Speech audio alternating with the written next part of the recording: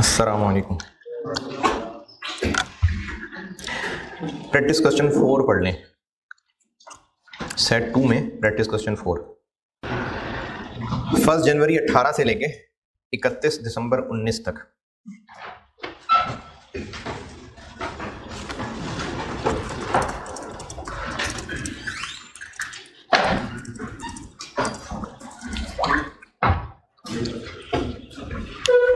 Part A और part B क्या फर्क है?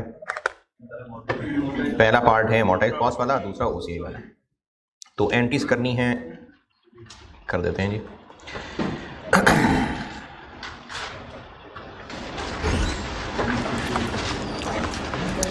अमोर्टाइज्ड कॉस्ट कर रहा हूं पहले सॉल्व। प्रैक्टिस क्वेश्चन 4 कर रहा हूं और अमोर्टाइज्ड कॉस्ट करूंगा पहले। Opening balance, interest, cash flow और closing balance. Starting opening balance क्या होता है?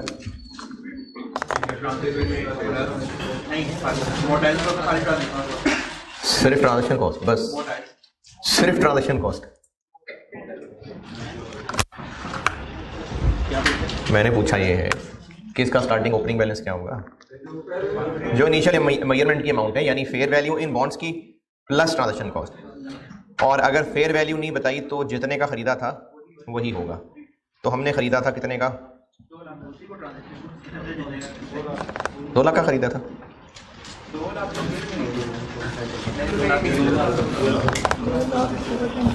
हाँ जी, 2 लाख के खरीदे। ये कहाँ लिखा है?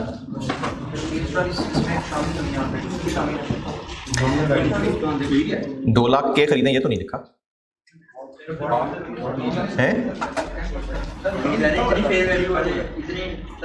लिखा हुआ है इतनी फेस वैल्यू वाले बॉन्ड्स खरीदे। नहीं, जो खरीदा उनकी फेस वैल्यू इतनी थी, खरीदे कितने के हैं? तो फिर इतने के ही खरीदे होंगे। अगर और कोई अमाउंट होती तो बिल्कुल बता दिया होता।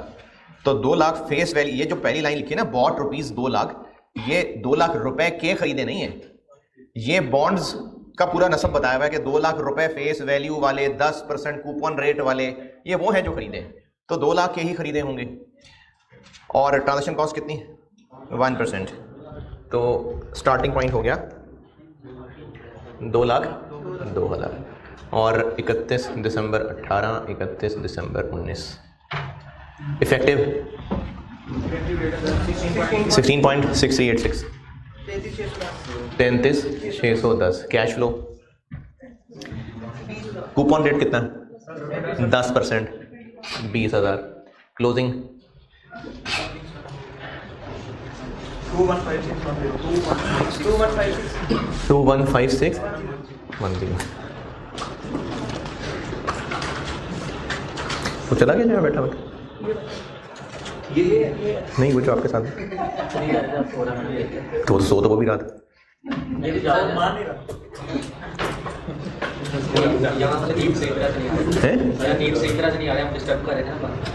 तो आप वहां से यहाँ क्यों आ गए?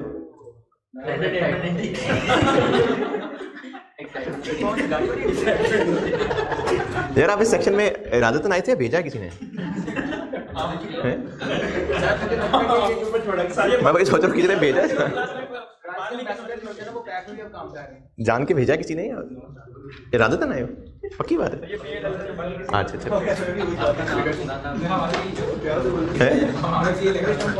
नहीं, मुझे लग रहा था साजिश है कोई, मुझे लग रहा था।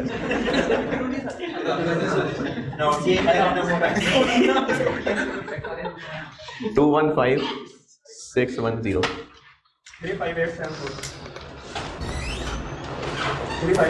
मुझे ना आपको देख के स्टूडेंट याद आ गया। वो ऑनलाइन वाले मुझे सुन रहे होंगे तो वो आया 16 वाला याद है लड़का? वो एक लड़का याद आ गया मुझे। वो बिल्कुल आपको देखे ना, मुझे वो याद आ गया। वो भी किसी ने छोड़ा हुआ था क्लास में लगता है।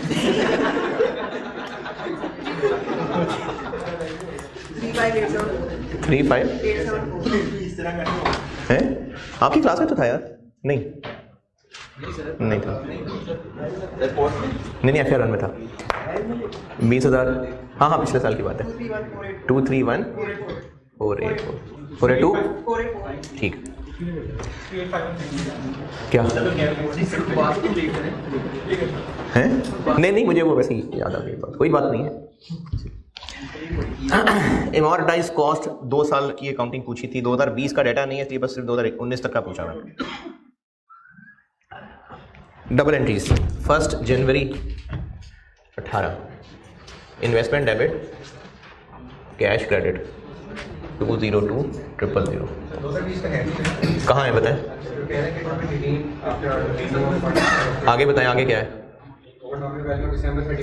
नहीं नहीं ठीक है, आगे अगले टेबल में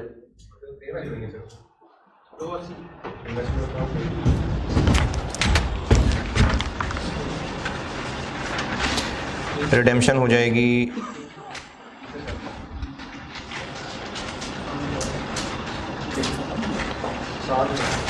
नहीं, बस 19 तक ही, 19 तक बस। अच्छा जी, इनिशियल अमाउंट हो गई और आगे और क्या एंट्री करूं?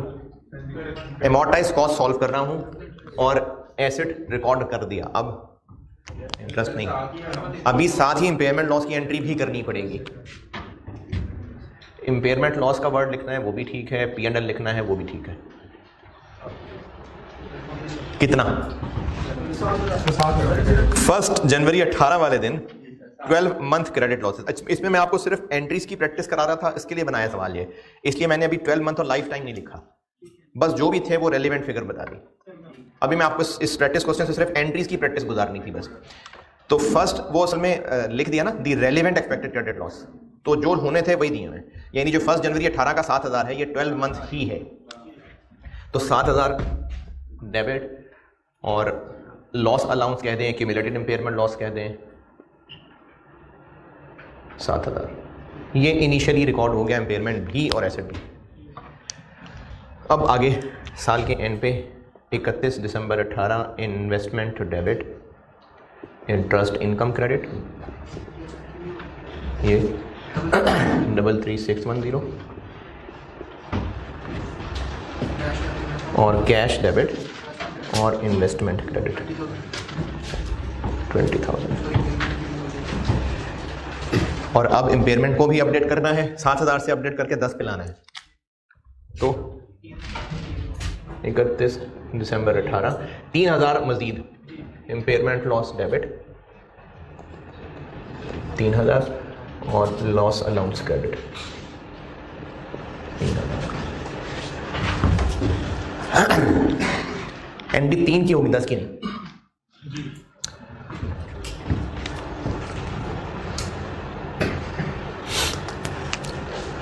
और इसी तरह से 2019 के एंड पे 31 दिसंबर 19 यही तीनों investment debit interest income credit 35874 cash debit investment credit 20,000 और अब इसको कहाँ तक पहुँचाना है 10,000 से 12,000 तक, तो 2,000 मजीद। और अगर 10 से 8 पे लाना होता तो यही एंट्री 2,000 से रिवर्स हो जाती।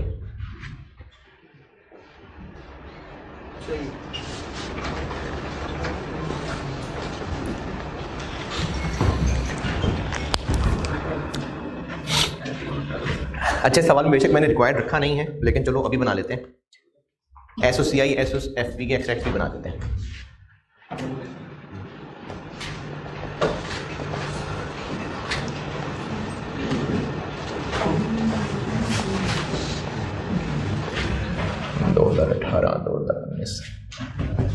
जी SOCI में SOCI इंटरेस्ट इनकम आएगी और इंपेयरमेंट लॉस आएगा। 18 में इनकम 33,610 354। अच्छा, अगर एंट्रीज मांगी हों तो फिर तो ये एंट्री करनी है, क्योंकि एंट्रीज मांगी है तो पहली वाली एंट्री भी करनी है। लेकिन अगर सिर्फ एक्सट्रैक्ट्स ऑफ SOCI मांगे होते हैं ना, तो फिर हम इस पे अलग से दिखाने की जरूरत ही नहीं है। जैसे 2018 में देखें तो एक 7,000 की एंट्री है लॉस की, और ये 3000 की है, यानी 10,000 से। अगर एक्सट्रैक्ट्स मांगे हैं तो बस सीधा 10,000 लिखेंगे। और ये फिगर कौन सी है 10,000? जो ईयर एंड वाली है, इनिशियल की जरूरत ही नहीं है। अगर एंट्रीज मांगी है फिर तो एंट्री करके दिखानी है, तो इससे एंट्री होनी है। लेकिन अगर सीधा एक्सट्रैक्ट्स मांगे हैं तो इस इनिशियल फिगर की जरूरत ही नहीं है, सीधी ईयर एंड वाली फिगर लिख देंगे। क्या हो गया कुछ तो 18 में 10,000 और 19 में 2,000, SOCI में 2,000 और SOFP में इन्वेस्टमेंट में से ही लॉस अलाउंस लेस करके इन्वेस्टमेंट हो गई 215,610, 10,000 लेस। और यहाँ 231,484, 12,000 लेस, 219,484।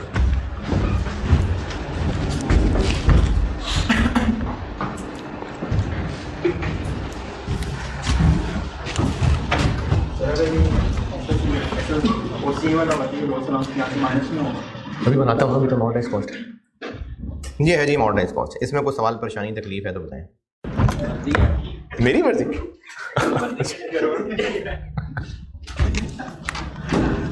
मॉडर्नाइज कॉस्ट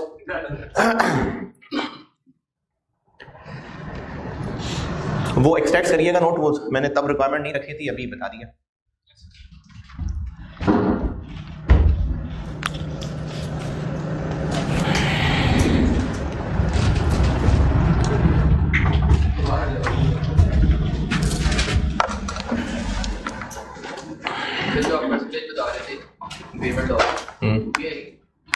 परसेंटेज क्या बता रहा था? उसकी भी एक दो सवाल बनाए मैं आगे, उसके भी बनाए मैं।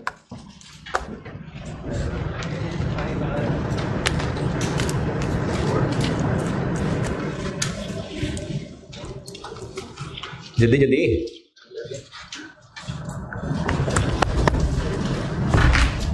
पार्ट बी,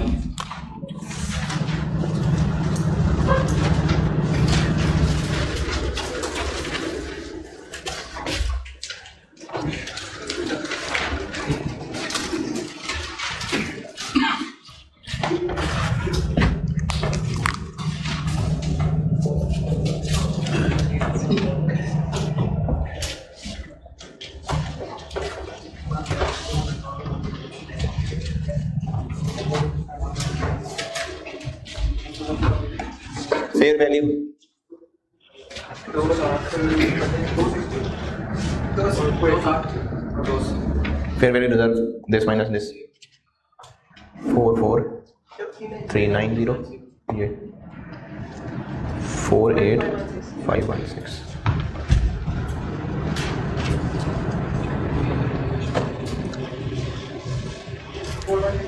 फोर वन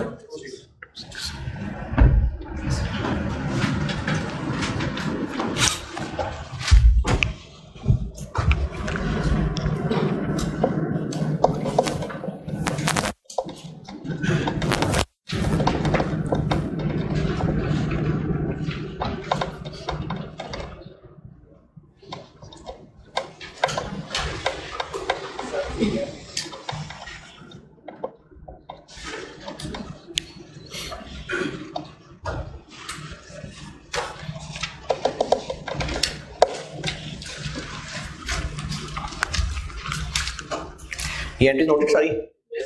चलें आप तो दोबारा ही करेंगे। ये एंट्री सेम रहेगी, चेंज हो जाएगी। ये लॉस अलाउंस का वर्ड लिखना है, वो भी सही है, गलत नहीं है। लेकिन अगर आप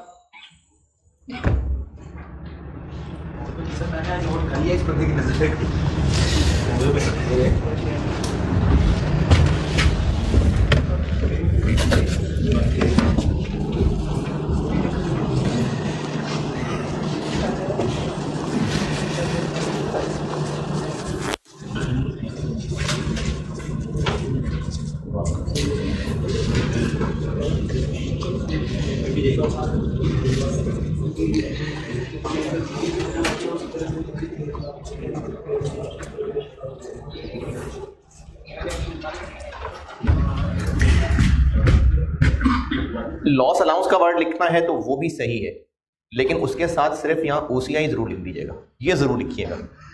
और अगर आप इस नाम की जगह यही फेयर वैल्यू रिजर्व यूज कर लें तो भी सही है।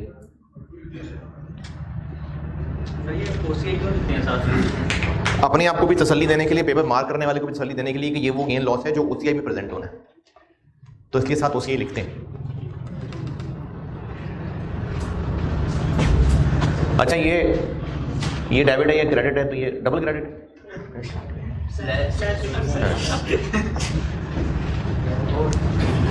पहली एंट्री सिर्फ ये क्रेडिट बदला है, ये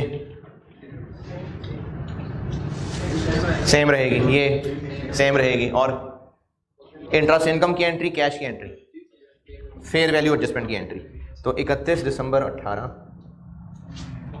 बढ़ानी है investment debit, fair value reserve OCI credit, कितनी 44,390।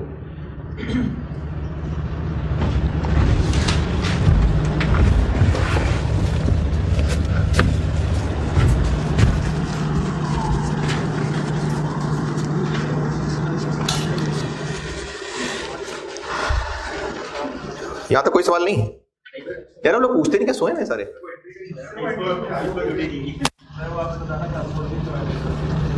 हाँ तो वो बताना है, आप क्या कह रहे हैं कि क्रेडिट क्यों हो रहा है? अच्छा, वो उसमें एक्सट्रैक्ट्स में आगे बताता हूं। 1 जनवरी 31 दिसंबर 31 दिसंबर, यहां क्या होगा? लॉस अलाउंस का वर्ड रखना है वो भी सही है, लेकिन साथ ओसीआई जरूर लिख दीजिएगा, या फिर फेयर वैल्यू रिजर्व। अगले साल इंटरेस्ट इनकम यही, कैश, इम्पेयरमेंट लॉस,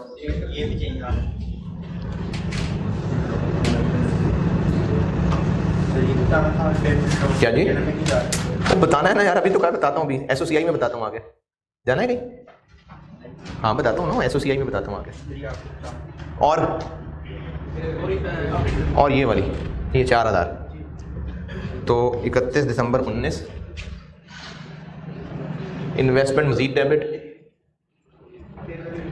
4126 और फेयर वैल्यू रिजर्व क्रेडिट।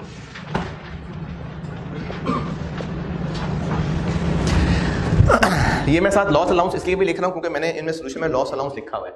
आप फेयर वैल्यू रिजर्व लिख लें बेशक, क्योंकि आईकेप के सोल्यूशन में fair value reserve word use हुआ है, तो हम यही कर लेते हैं, अलग अकाउंट बनाने की बजाय यही कर लेते हैं।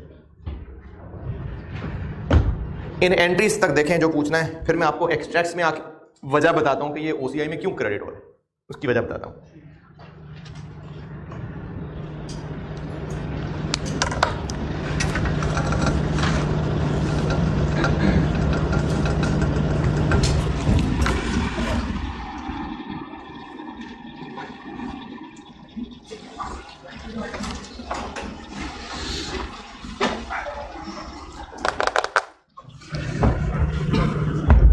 बड़ी स्लो लिखते हैं यार, जल्दी जल्दी लिखें।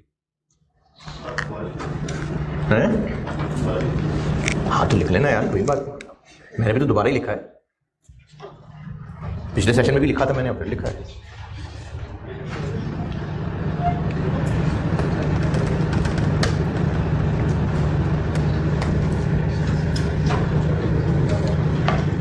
अच्छा, नोट करते करते जज्बाती हो गए वो नहीं नोट कर लेना, मैंने वो अपडेट नहीं किया फिर।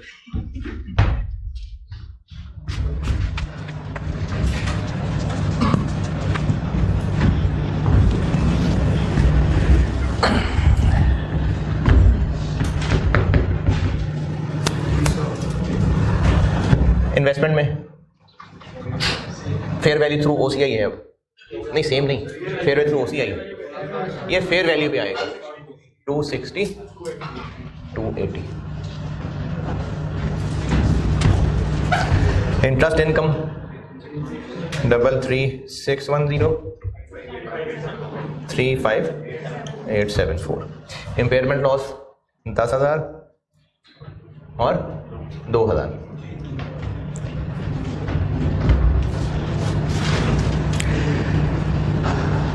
अच्छा, इसमें ये ब्रैकेट लगा लेने चाहिए, वो इनकम है, ये एक्सपेंस है।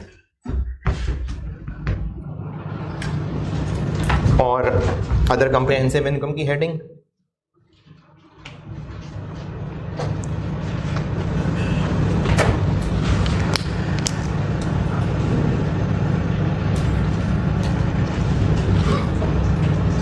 तो वो गेन 18 में कितना, 2018 में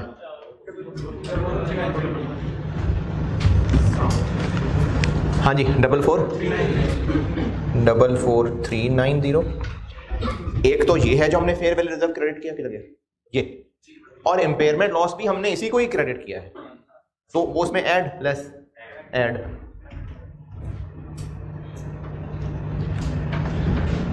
अब इसमें एतराज ये होना चाहिए कि ये तो लॉस है, तो फिर ऐड क्यों हो रहा है, यही सवाल था। 2019 में फेयर वैल्यू रिजर्व, ये तो वही फेयर वैल्यू एडजस्टमेंट हो गई, और ये भी इसी में ही क्रेडिट हो रहा है, तो इसलिए 41 और 7 2000,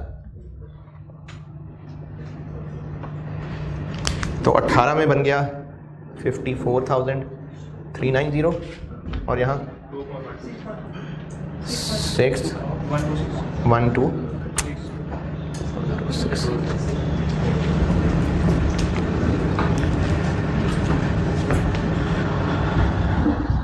एंट्रीज और यहां तक नोट करें, मैं इसकी वजह बताता हूं।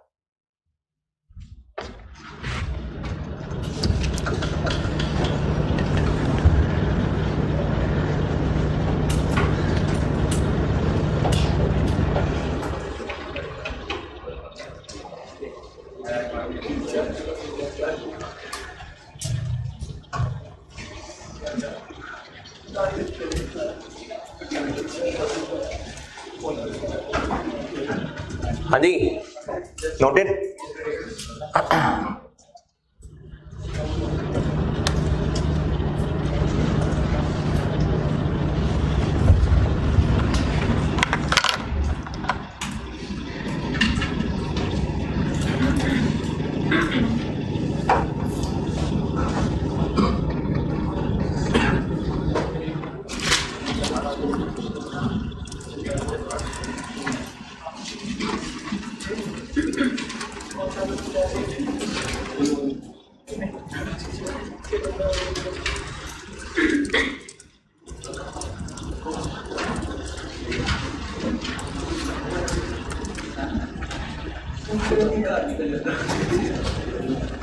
सर देखा, मुझे लोगों को सीरियस लेना छोड़ दिया।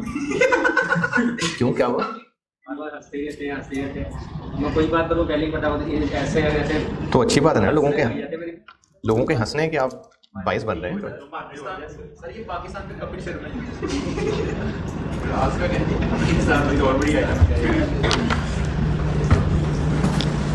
जल्दी जल्दी यार हैं, नहीं जल्दी नोट करें ना, फिर मैंने एक सवाल कराने पास है। हाँ अच्छा जी, दो वजह बताने लगा हूं। एक तो ये कि इन्वेस्टमेंट में से लेस क्यों नहीं किया। ये जो इम्पेयरमेंट लॉस की कैलकुलेशन कर रहे हैं हम लोग इसमें ये सोच के खुद ही कि शायद पैसा डूब जाएगा। अच्छा, आप लोगों ने बेशक कैलकुलेशन नहीं करनी है अभी फिलहाल, इम्पेयरमेंट लॉस नहीं, इम्पेयरमेंट लॉस नहीं, क्रेडिट इम्पेयर्ड चीज़ पढ़ानी है, उम्मीद है कल उसकी बारी आ जाएगी। क्रेडिट इम्पेयर्ड वहाँ पर कैलकुलेशन करनी पड़ सकती है। अभी तक जितना समझाया आपको, ये फिगर गिवन है एक्सपेक्टेड लॉस वाली, लेकिन यकीनन ये एक्सपेक्टेशन हालात को देख के ही हो रही होंगी ना। कंपनी के हालात में कम से कम लोगों को डाउट हुआ होगा, तभी तो प्रोबेबिलिटी है कि इतने % चांस है कि कंपनी के हालात खराब हो जाएंगे। तो ये सिर्फ हमें ही तो राज की बात नहीं पता, दुनिया में बाकी लोगों को भी पता होगी।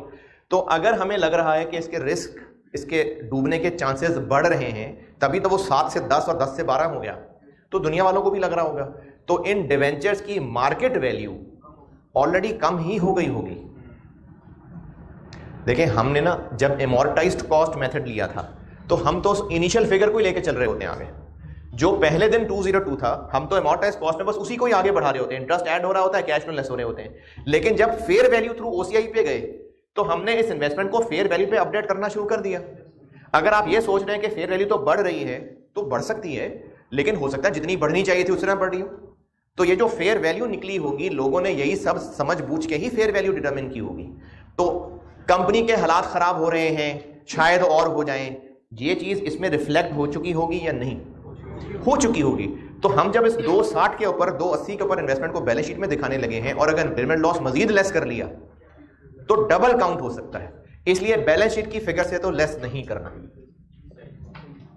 बैलेंस शीट से लेस ना करना, ओके कि नहीं?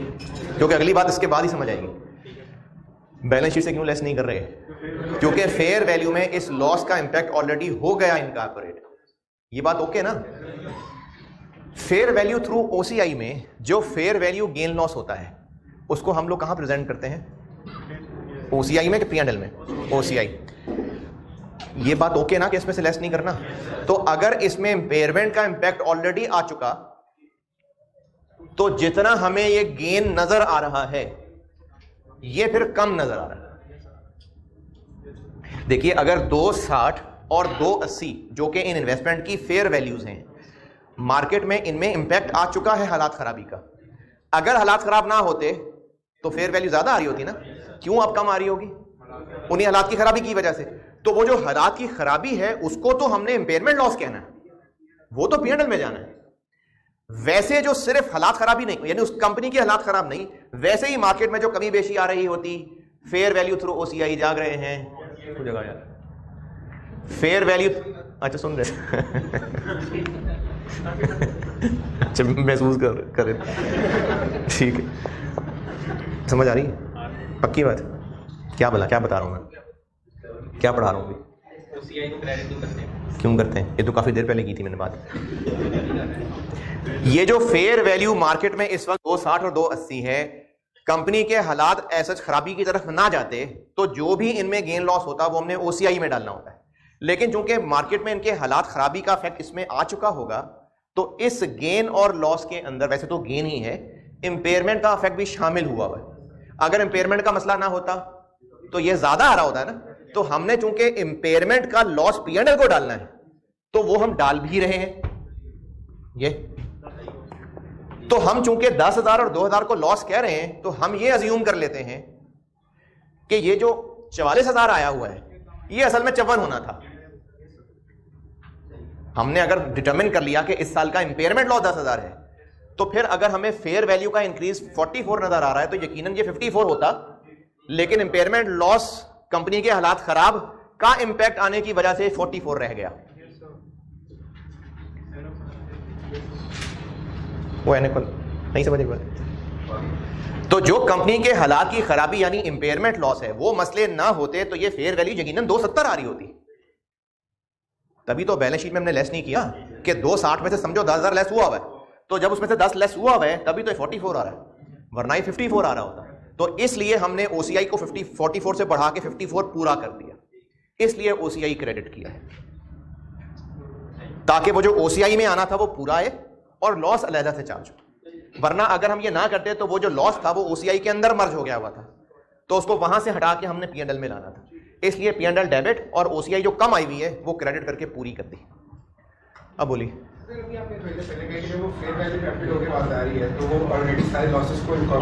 हाँ, इसीलिए हमने यहाँ से इंपेयरमेंट लॉस लेस नहीं किया।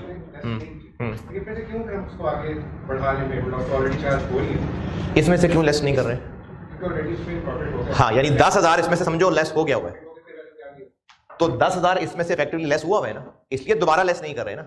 अब अगर 2,60,000 में से 10 लेस हुआ है, ना हुआ होता तो 270 आ रहा होता। अगर ये 270 आ रहा होता तो फिर वो 54 आ रहा होता।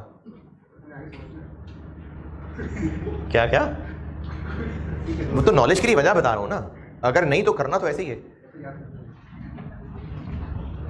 तो ये वजह है कि ये ओसीआई में ये ऐड हो रहा है।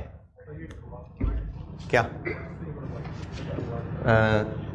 क्या नहीं समझा? जो मैंने समझाया समझ आई तो बस लिख लें अपने अल्फाज में।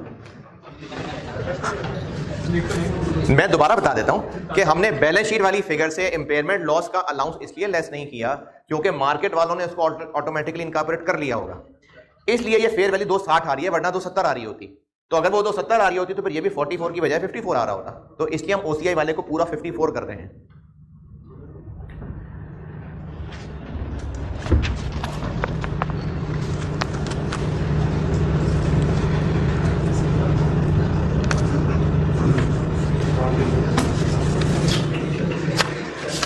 इसी का बिल्कुल तकरीबन कॉपी एक सवाल कर लेते हैं पास पेपर का, बस फिर छुट्टी। पास पेपर वाले सेक्शन में आए।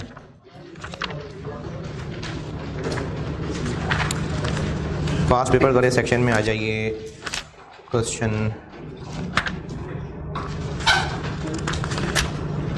9। प्रैक्टिस सेट्स जब खत्म हो जाएंगे ना, प्रैक्टिस सेट्स, प्रैक्टिस क्वेश्चन जो है वो सेट 5 तक है, उसके बाद फिर पास पेपर से पेज 8.3.4 पे आ जाए।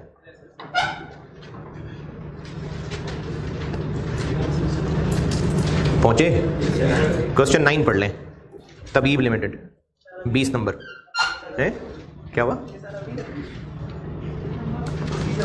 कर लेंगे यार, आप कर लेंगे। नहीं समझ आ जाएगा सारा।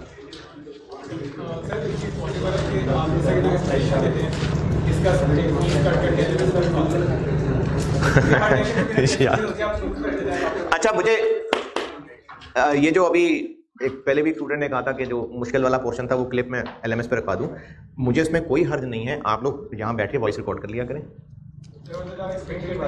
नहीं, अब वो पता नहीं ना, वो अब मैं कहाँ एडिटिंग कराता फिरूंगा। पहले सारे लेक्चर बैठ के देखूं, फिर मैं सोचूं ये वाला भी स्टूडेंट को चाहिए होगा, ये वाला भी चाहिए होगा, ये वाला भी चाहिए होगा। तो वो 10 स्टूडेंट हैं, 10 अलग अलग टुकड़े कह देंगे वो, तो लेक्चर ही पूरा हो जाएगा। हाँ, वॉइस रिकॉर्ड कर लिया करें। हाँ करना है, सोचने में क्या पड़ गया, शायद सर मना करते हैं, करना है ना। क्वेश्चन 9 पढ़ें।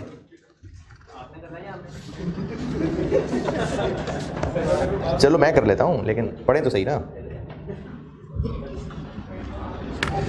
तबीब लिमिटेड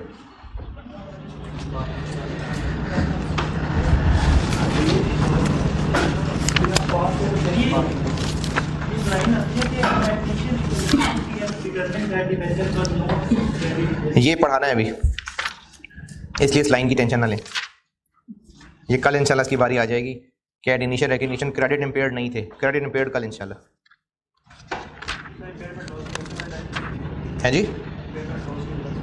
क्रेडिट इंपेयरमेंट लॉस क्या?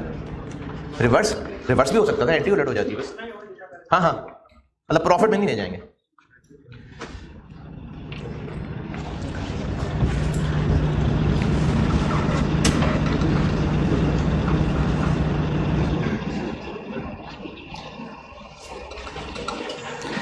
सवाल पढ़ लें, हल्का पढ़ना है। हाँ मैं करता हूँ बोर्ड पे।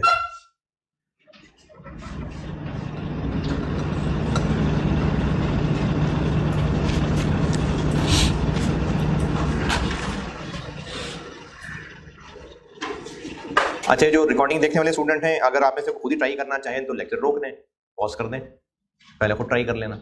आप में से जिसने खुद ही ट्राई करना है वो चला जाए उठ के, सीरियसली वो चला जाए और कल अलग से पूछे ना कोई मसला आया हो तो। मैं तो बोर्ड पे कर रहा हूँ, आप में से जिसने खुद ट्राई करना हो ठीक है, छुट्टी चला जाए, और वो रिकॉर्डिंग वालों में से लेक्चर पॉज कर दें और आप सवाल खुद कर हैं।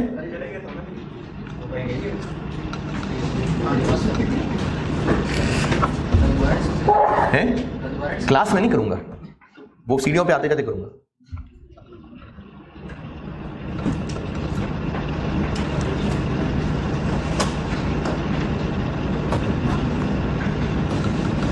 पढ़ लिया सवाल?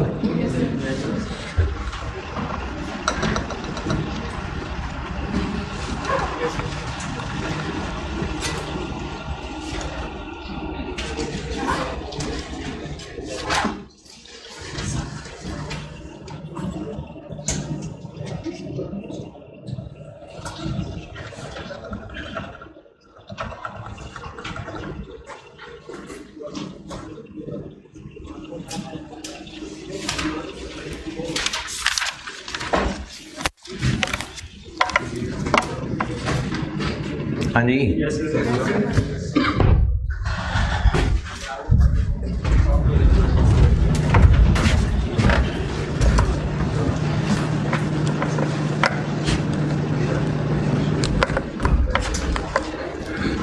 ये एग्जाम पॉइंट है, वैसे इंपॉर्टेंट है एम्पेयरमेंट।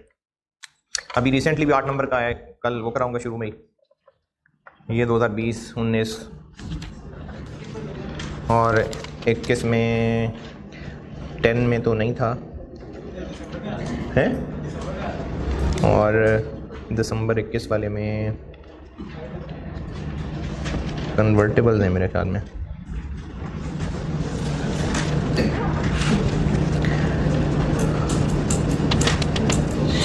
हाँ, ये I-32 का था।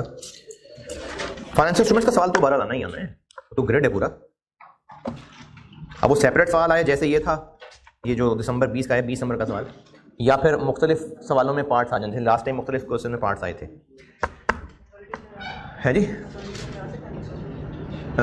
इसकी गहराई कंसोलिडेशन में ना स्टैंडर्ड्स की गहराई नहीं टेस्ट हो रही होती, क्योंकि कंसोलिडेशन के अपने इतने मसले हैं, तो स्टैंडर्ड की गहराइयों में डाल देंगे तो फिर 35 नंबर का सवाल बनाएंगे। तो इसलिए कंसोलिडेशन के अपने बड़े मसले हैं, डिस्पोजल और एक्विजिशन। और बल्कि वो उस दिन मैं बात कर रहा था, ऑफ कैमरा ही कर रहा था, इसलिए आप लोग टेंशन न लें। इसके बाद मैं कंसोलिडेशन ही कराऊंगा, इसके बाद कंसोलिडेशन कराऊंगा, क्योंकि वो मैंने सोचा कि जिन लोगों के अटैम्प्ट है उन पे बिला वजह की टेंशन रहेगी इन लोगों को, कि क्योंकि बाकी IAS में से पता नहीं सवाल आता है नहीं आता है, तो कंसोलिडेशन से पक्का 25 नंबर आना है, बल्कि 50 भी आ सकता है, तो वो ज़हनी अजियत रहेगी। वैसे तो आगे भी उतने में ही हो जाएगा जितना पहले करना है, लेकिन वो टेंशन रहेगी बिला वजह, तो इसलिए कंसोलिडेशन ही कराऊंगा। 2016, 17, 18, 19 4 साल की एंट्रीज करने को कहा है, और ये फेयर वैल्यू थ्रू OCI वाला सवाल है। पहले दिन जी 1 जनवरी 16, ये मैं कर रहा हूँ उस वक्त दिसंबर 20,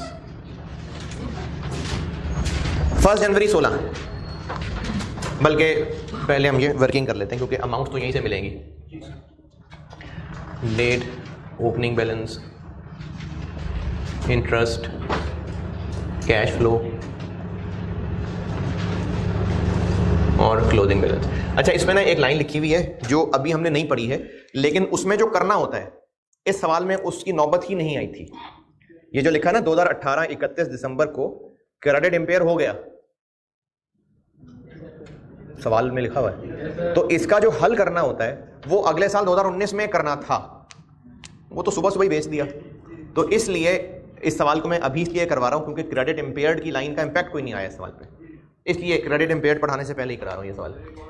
जी जी, ये जो 31 दिसंबर की बात की है कि 31 दिसंबर को रियलाइज हुआ कि इसकी जो सिचुएशन है, जी जी, वो क्रेडिट रेटिंग वो सिग्निफिकेंट वाली आ गई ना, वो सेंटेंस उसने लिख दिया ना, there had been a significant increase in credit risk since acquisition. ये इसलिए लिखा है ताकि हम 2016 तक 12 मंथ्स पे चल रहे थे, 17 में अब लाइफ टाइम पे आ जाएंगे, ये इसलिए लिखा हुआ है। इनिशियल एंट्री तो 12 मंथ वाली ही करनी है, ईयर एंड पे आके देखना है कि 12 मंथ वाला कॉलम चलाएं या लाइफ टाइम वाले कॉलम पे चले जाएं। ओपनिंग बैलेंस स्टार्टिंग पॉइंट, हाँ जी 180। चले इधर देखें, 1 जनवरी 16 investment debit, cash credit. Investment कितने से डेबिट? डिवेंचर्स खरीदे हैं 2 मिलियन, एक की उस दिन फेयर वैल्यू नीचे टेबल में दी हुई है, नीचे टेबल में दी हुई है 186, बल्कि वो टोटल ही दी हुई है ना, अच्छा वो टोटल दी हुई है 186 और साथ ट्रांजैक्शन कॉस्ट 3 मिलियन। तो इन्वेस्टमेंट डेबिट 189, लेकिन जेब से पैसे कितने गए? हमने ये 2 मिलियन डिवेंचर्स खरीदे 92 रुपए का एक, तो कैश गया जेब से 2 मिलियन इंटू 92 रुपए प्लस 3 मिलियन 180। तो एंट्री तो टैली नहीं है, तो ये क्या है? वो जो इनिशियल रिकग्निशन पे गेन होता है, गेन ऑन इनिशियल रिकग्निशन लिखने या P&L लिखने, बस दो। ये 189 यहां आ गया, और 31 दिसंबर 16, 31 दिसंबर 18 और बस नहीं 17 31 दिसंबर 18 और 19 का तो शुरू में ही बेच लिया था। Effective rate 8.9%, 16.82। कूपन रेट 16 में 0 है,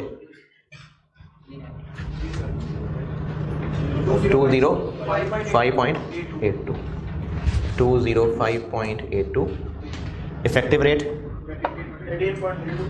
18.32 और 17 में contractual cash flow 6%।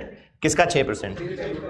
Face value का। फेस वैल्यू थी पहली ही लाइन में 200 मिलियन रुपए, 2 मिलियन डिवेंचर, 100 रुपए का एक, तो 200 मिलियन का 6%, 12, this plus this minus this, 212.14, 212.14, effective interest rate 18.89, ले जी 88, कैश फ्लो 0, 10% आना था पर वो नहीं आया।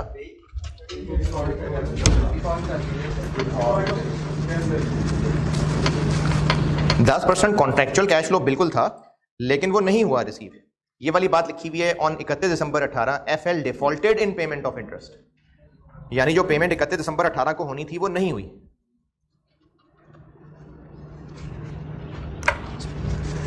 तो क्लोजिंग 231.02, और बाकी हमने 2 जनवरी को बेच दिया। अब एक दिन का क्या इंटरेस्ट निकालना है, ऑलरेडी हम तो मिलियंस में चल रहे हैं, रुपीस मिलियंस में है ना, तो 2 दिन का क्या इंटरेस्ट कैलकुलेट करना है, इसलिए उस एक दिन 2 दिन के इंटरेस्ट को इग्नोर, बस यहीं तक टेबल कैलकुलेट होगा जी। ये कॉन्ट्रैक्चुअली कब, ये पता नहीं कब होनी थी, जब भी होनी थी। सवाल तो 19 तक का है बस, तो बस टेबल यहां तक काफी है क्योंकि 2 जनवरी को तो बेच दिया। एंट्रीज पे आते हैं जी।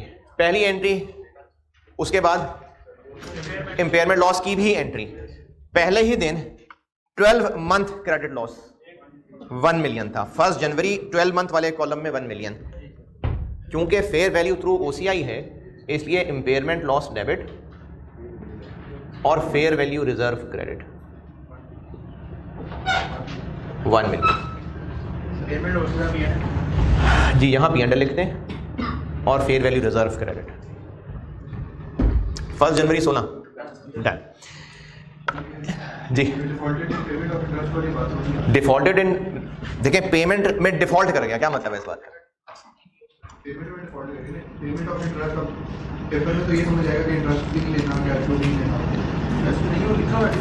नहीं, FL defaulted in payment of interest, बस ये लिखा हुआ है, तो इसका क्या मतलब है?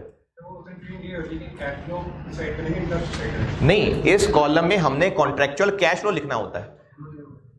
देखें, ये जो हम टेबल बना रहे होते हैं ये तो हम अपनी अकाउंटिंग करने के लिए बना रहे हैं ना, तो जब 31 दिसंबर 18 पे कैश ही कोई नहीं मिला, कोई एंट्री ही नहीं करनी, तो क्लोजिंग बैलेंस निकालते हुए माइनस तो नहीं करेंगे ना।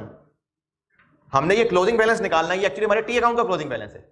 तो जब 31 दिसंबर 18 को कैश ही कोई नहीं मिला तो कैश डेबिट वाली एंट्री कोई नहीं है। 1 जनवरी 16 डन। 31 दिसंबर 16, एक तो इंटरेस्ट इनकम की एंट्री होगी, investment debit, interest income credit 16.82, cash नहीं है, और इंपेयरमेंट लॉस की एंट्री होगी। अब इंपेयरमेंट लॉस 31 दिसंबर 16 पे खड़े हैं, तो क्या 31 दिसंबर 16 पे क्रेडिट रिस्क में सिग्निफिकेंट इंक्रीज आ गया था? नहीं, वो 17 में जाके आया है। तो 2016 में भी हम 12 मंथ लॉसेस वाले कॉलम पे रहेंगे और वो अब भी 1 है, तो मजीद एंट्री नहीं करनी।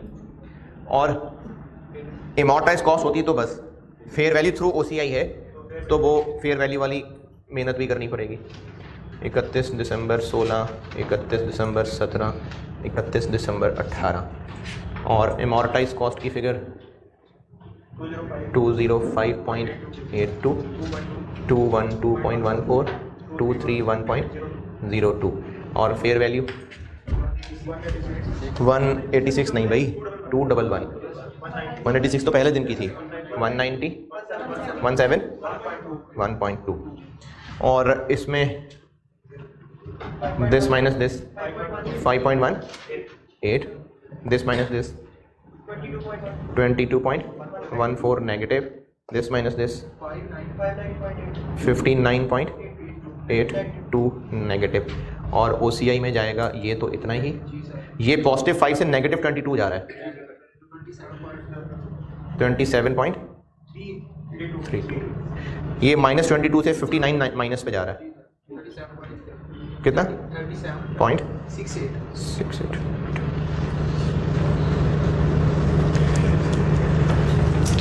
तो 31 दिसंबर 16 इम्पेयरमेंट की एंट्री की ज़रूरत नहीं है, लेकिन फेयर वैल्यू एडजस्ट होगी। 16 में गेन है इन्वेस्टमेंट डेबिट और fair value reserve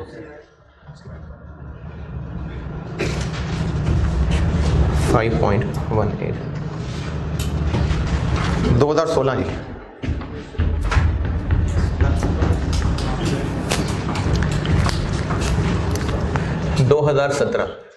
interest income की entry, investment debit, interest income credit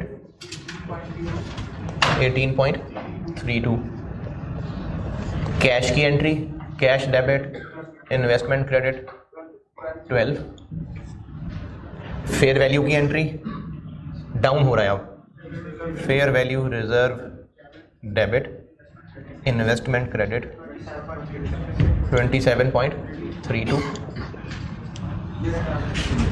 और अब 31 दिसंबर 17 पे खड़े होके सिग्निफिकेंटली इंक्रीज कर गया रिस्क, तो 12 मंथ लॉसेस से हटके लाइफ टाइम पे आ जाएंगे। पिछले साल किस फिगर तक थे? 1 मिलियन तक। अब कहां आना है? 12.1 तक। तो 11.1 की मजीद एंट्री कर देंगे। इंपेयरमेंट लॉस P&L डेबिट 11.1 और फेयर वैल्यू रिजर्व 11.1। ये 2017।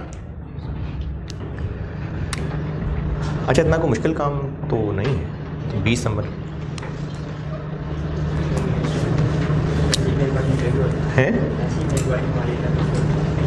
बस वो हो तो पेपर पास हो जाए। बस क्या पता आसान साल हो, आप वैसे ही उलझ जाएं, छोड़ जाएं, पेन खराब हो जाए, कैलकुलेटर फंस जाए। 2017 वाकई डन या घड़ी देख के डन? वाकई डन है। 2018 इंटरेस्ट की एंट्री 31 दिसंबर 18, investment debit, interest income credit कितनी? 18.88। कैश की एंट्री, कैश नहीं है। फेयर वैल्यू लॉस है, फेयर वैल्यू रिजर्व OCI 37.6 और इन्वेस्टमेंट क्रेडिट 37.68। और अब हम लाइफ टाइम क्रेडिट लॉसेस पे हैं। कितने? 12.1 से कितना? 13.2। इम्पेयरमेंट लॉस डेबिट और फेयर वैल्यू रिजर्व क्रेडिट 13.2। 2018 और लास्ट 2 जनवरी को बेच दिया। फेयर वैल्यू थ्रू OCI है, तो पहले तो अपडेट करेंगे और अपडेट करके फेयर वैल्यू कितनी 2 जनवरी पे? 2 जनवरी पे फेयर वैल्यू कितनी? तो जितने का बेचा है फिर वही होगा। क्या जी? नहीं, 2 दिन गुजर गए ना, 2 दिन गुजर गए। 84 ईच है। 31 दिसंबर 18 तक। अच्छा, अब मैंने की तो पीछे अलग अलग एंट्री हुई है, लेकिन ये है इन्वेस्टमेंट इन debentures, fair value through OCI और बेचने की एंट्री के साथ जितना फेयर वैल्यू रिजर्व था वो सब P&L में। तो अगर बेशक इसको ना भी अपडेट करें P&L में तो आ ही जाना है इफेक्ट। लेकिन जो था ना इन्वेस्टमेंट इन शेयर्स, उसको तो फेयर वैल्यू पे जरूर अपडेट करना था क्योंकि वो OCI में जाना था। जबकि ये डिवेंचर्स वाला है, इसको OCI में अगर ले भी जाएं फिर भी उस OCI वाले रिजर्व को सारा का सारा P&L में लाना ही है। तो हम कंपाउंड एंट्री कर देते हैं, बेचते हुए अपडेट करने की जरूरत नहीं है। मैं एंट्री कर दूं, फिर दोबारा बोलता हूं क्या कह रहा हूं। कैश कितना? कैश कितना? कैश डेबिट 84 ईच है। 84 इंटू 2 मिलियन। ट्रांजेक्शन कॉस्ट भी है -167। और फाइनेंशियल एसेट हमारी बुक्स में इन्वेस्टमेंट कितने पे आ रही है? अभी अभी अपडेट की थी इस पे अपडेट कर दी थी ना 171 पे, तो इन्वेस्टमेंट क्रेडिट हो गई 171, 171.2। फेयर वैल्यू रिजर्व सारा उठा के फेंक देते हैं क्योंकि P&L में ही डालना है, तो कितना?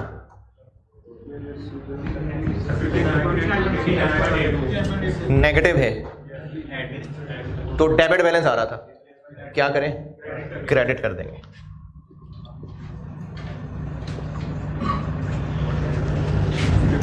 नहीं, देखें अगर इस इन्वेस्टमेंट को मैं अपडेट कर भी लेता तो वो अपडेटेड फिगर यहां आ जाती, cash debit, investment credit, profit या लॉस ऑन डिस्पोजल क्रेडिट, और जितना भी फेयर वैल्यू रिजर्व में रखा है वो भी P&L में ही जाना था, तो बेशक डिस्पोजल की एंट्री में ही इसी को ट्रांसफर करने की अमाउंट, ताकि balancing figure profit and loss की अमाउंट आ जाए, इसलिए मैंने यहीं पर ही इसको ट्रांसफर कर दिया।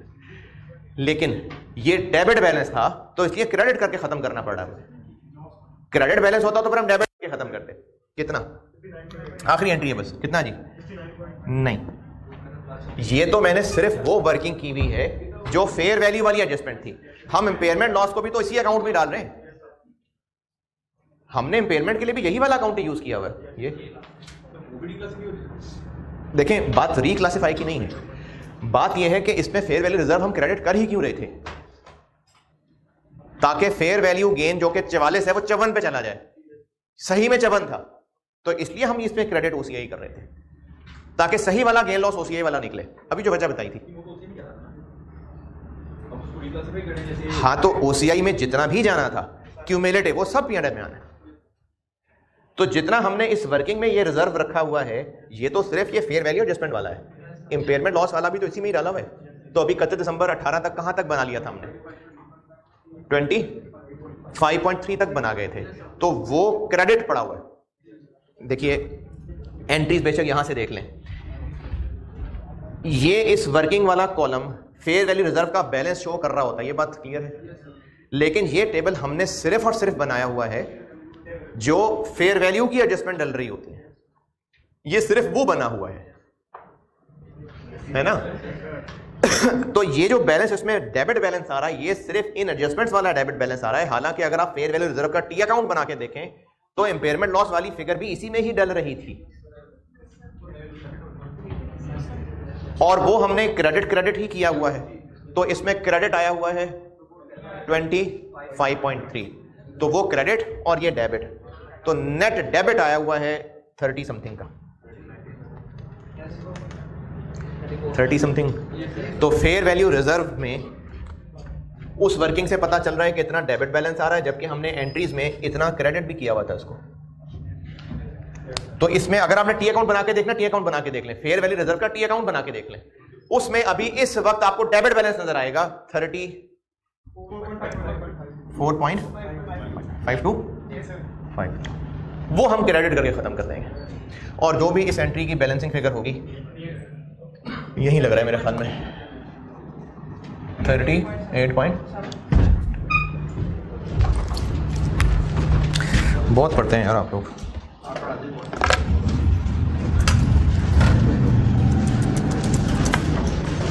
ये था जी 20 नंबर। चलो ठीक है, अभी लेट हो गया काफी। ठीक है, अल्लाह हाफिज़।